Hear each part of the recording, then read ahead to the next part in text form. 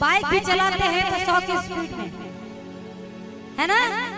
इसलिए भैया लोग से सावधानी बरतने के लिए मैं कह रही हूँ, क्योंकि कहते हैं कि सावधानी घटी तो दुर्घटना घटी। और इसलिए कहना है क्या, अजी गाड़ी लेके बढ़ी यहाँ से जइहा हो मोर ड्राइवर है भैया, अजी भांग पी के गाड़ी मत चलइहा हो मोर ड्राइवर है भैया। और आप लोगों से जब कह रही हूँ तो एक बार खड़े होकर साथ दे दो, क्या बात है। और हमारे छोटे भाई भी खड़े हो गए। आप लोग भी बाइक चलाते हो क्या, साइकिल चलाते हो? चलो उसके लिए ही सही, साइकिल आराम से चलाना, नहीं तो आपकी तरह हो जाएगा। चोट लगा है ना आपको? अरे बोली सच्ची दरबार की जी। हाँ, और आइए भोलेनाथ से कहना है और हम बाबा से भी कहना है क्या, अजी गाड़ी लेके बढ़ या से जइहा हो मोर ड्राइवर है भैया, अजी भांग पी के गाड़ी मत चलइहा हो मोर ड्राइवर है भैया। बोली सच्ची दरबार की। और आइए जरा दोनों हाथ बाबा के लिए ऊपर और झूम के कहना है क्या, अजी गाड़ी लेके बढ़ या से जइहा हो मोर ड्राइवर है भैया, गाड़ी लेके बढ़ या से जइहा हो मोर ड्राइवर है भैया, अजी भांग पी के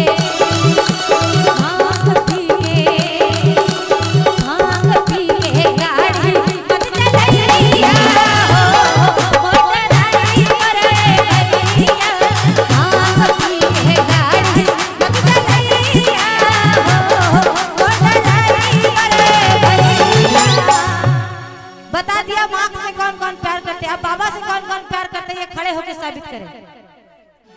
बाबा से कौन कौन प्यार करते हैं वो खड़े हो जाएंगे।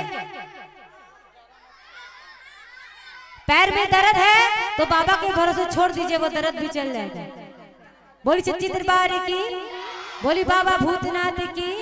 और मुझे लगता है मैं भाई लोग को कह रही हूँ, इसीलिए हमारे माताएं बहनें खड़ी नहीं हो रही। आप लोग भी पीकर चलाइए, मैं आप लोगों पर भी कहूंगी।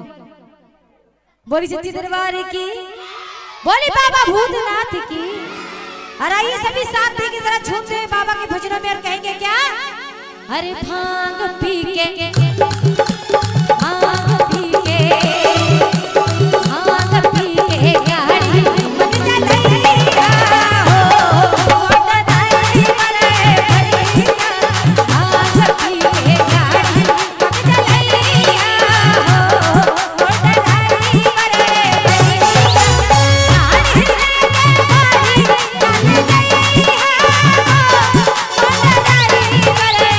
लेके बढ़ या से जइहा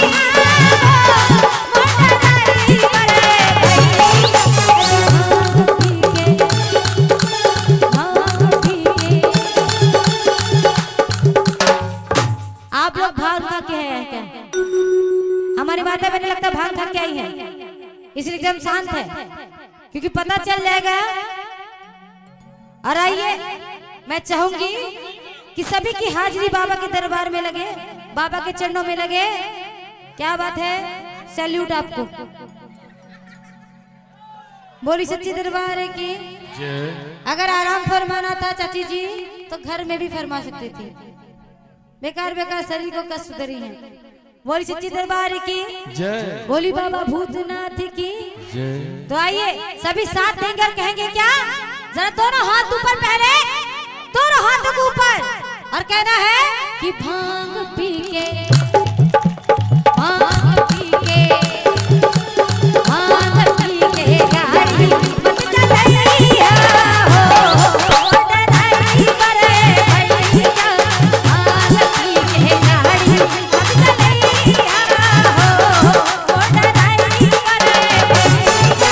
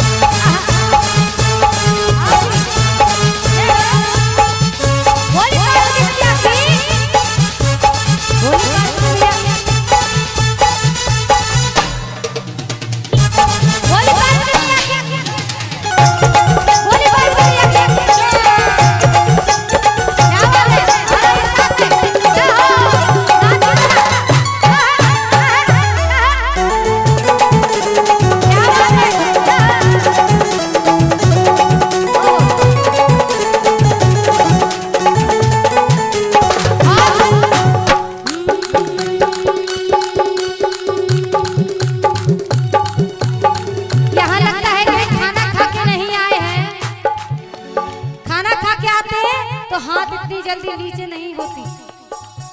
मैं खाना पेट भर के खाई हूँ इसीलिए गा रही हूँ 1 घंटे से। आप लोग नहीं खा के आए हो ना? खा के आए हैं इसीलिए तो आप लोग नाच रहे हो। बात बाकी देखो। चलिए आइए, कौन कौन खाना खा के आए हाथ खड़े कर दीजिए। और आइए, हाथ नीचे नहीं होंगे जब तक ये भजन खत्म नहीं होगा। बोली सच्ची दरबार की। अगर बाबा से प्यार करते हैं तो हाथ ऊपर, और अगर अपने से प्यार करते हैं तो हाथ नीचे कर देंगे, मुझे कोई तकलीफ नहीं होगी। और आइए, कहना है क्या कि ले जाता पहाड़ा भंगिया भंगिया के चढ़ावे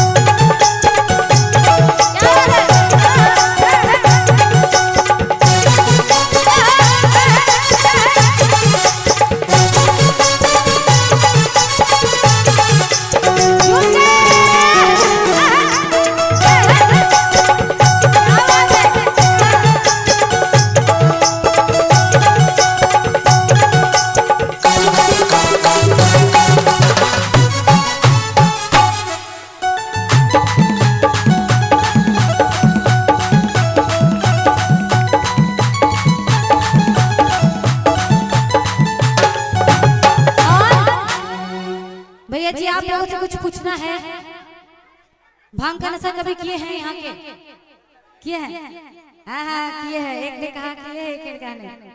भांग का नशा कौन कौन किया? कोई किया है क्या यहाँ पे? अरे खराब नहीं होता, बाबा का प्रसाद कहा जाता है उसको। चलिए, अगर किए भी नहीं है, मुझे पता है सब शर्मा रहे हैं बोलने में, कोई बात नहीं। तो ये इतना तो जरूर जान जाओगे कि भांग का जब नशा चढ़ता है तो फिर कैसा होता है, पता है? बाप रे, यहाँ लड़की उसी भी ज्यादा शर्माते हैं लड़के। सबसे घूर घूर के देख रहे हैं। देखने के लिए तो आंख है ही, बोलने के लिए जबान भी दिया है भगवान ने, है ना? हाथ उठाने के लिए नहीं, कुछ पूछ रही हूँ मैं इनसे। भांग का जब नशा चढ़ता है तो फिर कैसा लगता है? कैसा लगता है भैया जी? थोड़ा सा जोर से। अच्छा लगता है? नहीं, अच्छा नहीं लगता। मैं बताऊं, कुछ बोलना नहीं चाहते मगर मैं बता देती हूँ कैसा लगता है। और कहना है क्या कि चढ़ी नशा तो बिगड़ी माता तो हर जहुआ जारी।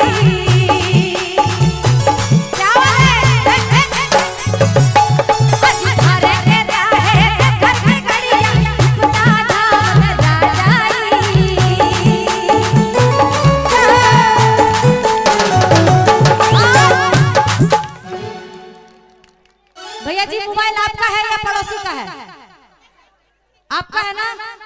तो थोड़ा देर के लिए मोबाइल पॉकेट में डाल लीजिए, उसके बाद फिर निकाल लीजिएगा। कोई लेके तो भागेगा नहीं। और आइए, मोबाइल छोड़ के इतनी तकलीफ से एकदम वीडियो कर रहे थे आप लोग, है ना? तो थोड़ी तकलीफ से हाथ उठा लीजिए। जिसके लिए मोबाइल है, ये जीवन है, उसके लिए जरा दोनों हाथ खोलेंगे। इधर वाले भैया जी, आप लोग भी दोनों हाथ ऊपर। क्या बात है। और कहना है क्या कि चढ़ी जे नशा तो बिगड़ी दासा माता तो हर जब आ जाई।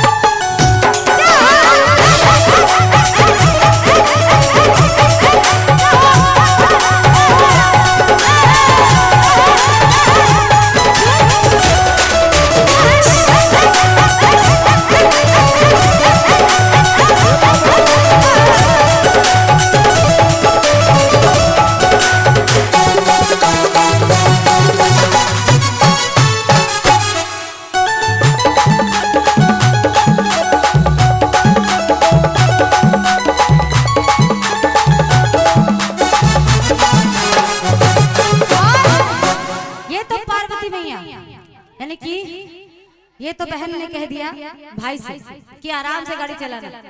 और अब पार्वती मैया कुछ बार भोले बाबा से कहती है और कहती है क्या कि बीते पत्थर पे जिंदगी ना ना ना जिसकी शादी हो गई है वो ये बात आराम से समझते होंगे। हर दिन एक नई फरमाइश लेके बीबी आ जाती होगी। तो हमारी पार्वती मैया ऐसी तो है नहीं, मगर जब वो शादी करके बाबा भोलेनाथ से कैलाश पर्वत पे जाती है, वो देखती कि घर नहीं है, मुझे पर्वत पे ही रहना है, तो कुछ दिक्कत होती है हमारी मैया को। और उस समय बाबा से कुछ विनती करती है और करती है क्या कि बीते पत्थर पे जिंदगी ना ना नाम लगाता आज कहिया घर बनबे भोला धाम लागता। बोली पार्वती मैया की जय।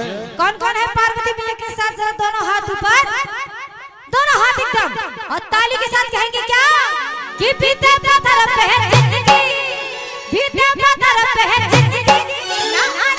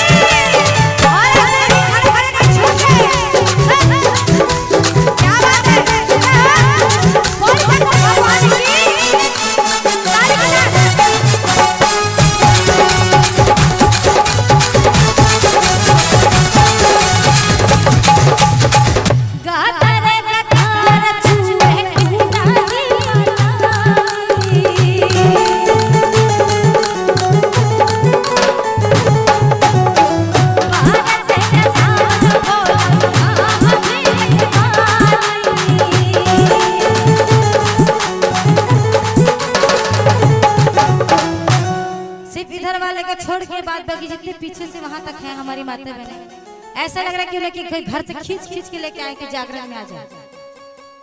कौन कौन खुश है जरा दोनों हाथ एकदम खोलेंगे। सबके मुंह ऐसे लटके हुए हैं, लग रहा है कि घर से निकाल दिए हैं कि जागरण में जाके बैठना है, तुम्हारी सजा है यही। खुश कोई नहीं है, क्यों? इस दरबार में आके कौन खुश है जरा दोनों हाथ खोले एकदम सच्चे मन से जो खुश है जरा दोनों हाथ ऊपर क्यों? मुझे पता है झूठे भी बहुत कोई है, भगवान भला करे उनका, यही कहना है। बोली सच्ची दरबार की। ये इसके लिए क्या नाम है इसका? पीयूष जी की तरफ से 11 रुपए की भेंट। बोली सच्ची दरबार की। पीयूष जी को जल्दी जल्दी बड़ा कर दे और कम से कम हंसते रहे, पीयूष जी की तरह नहीं कि चुपचाप रह जाए। आइए हमारी माता में नजर, दोनों हाथ और हाथ के साथ थोड़ा सा दांत भी निकालिए, है ना? ऐसे उदास मत रहिए। अगर ऐसे उदास देखेगी माँ आप लोगों को तो माँ चली ही जाएंगी, क्योंकि मुझे पता चल लगा कि मैं आने से हमारे बच्चे खुश नहीं हैं। इसलिए ये जो खुश है जरा दोनों हाथ ऊपर की ओर करेंगे और कहेंगे क्या कि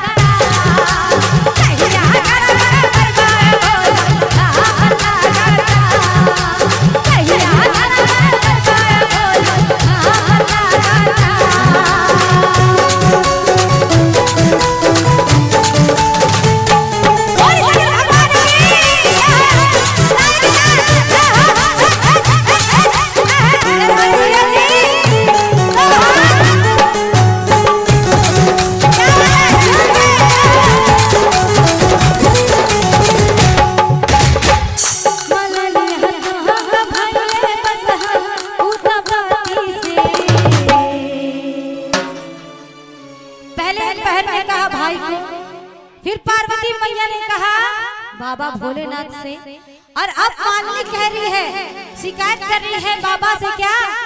क्योंकि उसका बसहा जो है नंदी बैल, वो बार बार उस मालिनी के बगान में घुस के उसे तोड़ फोड़ के सत्यानाश करके निकल जाता है। और इसीलिए मालिनी बाबा के पास जाती है और बाबा से कहती है कि बाबा अपने बसहा को संभाल लो वरना लाठी पड़ेगी मेरी। आप सभी को आशीर्वाद देते हैं, सजा देते हैं, मगर मैं आपकी बसहा को दूंगी। ये होती है सच्ची भक्ति, क्योंकि बाबा को वो अपना मानती थी और इसीलिए बाबा से विनती करती है और शिकायत करती है। क्या? मालिनी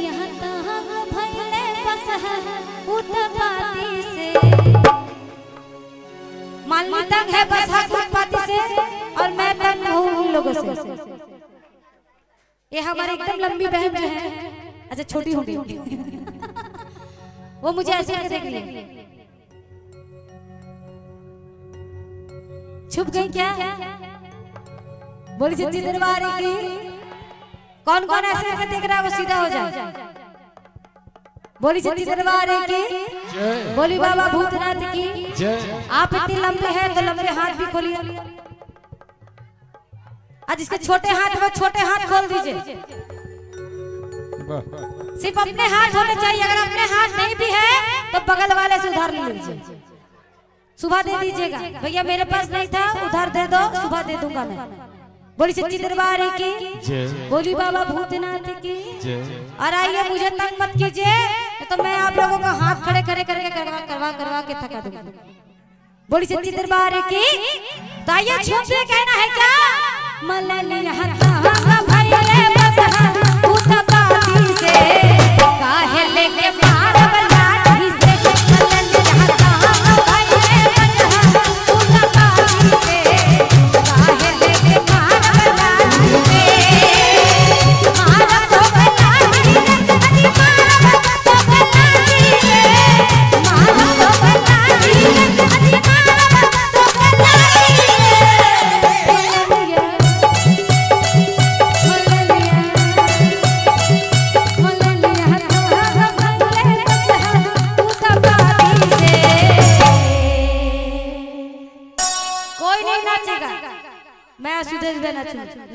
नचूंगी या नचूंगा, नचूंगा नचूंगी।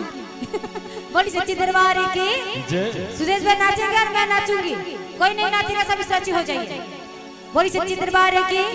बस तालियां बजा के साथ देंगे, कहेंगे क्या? काहे लेके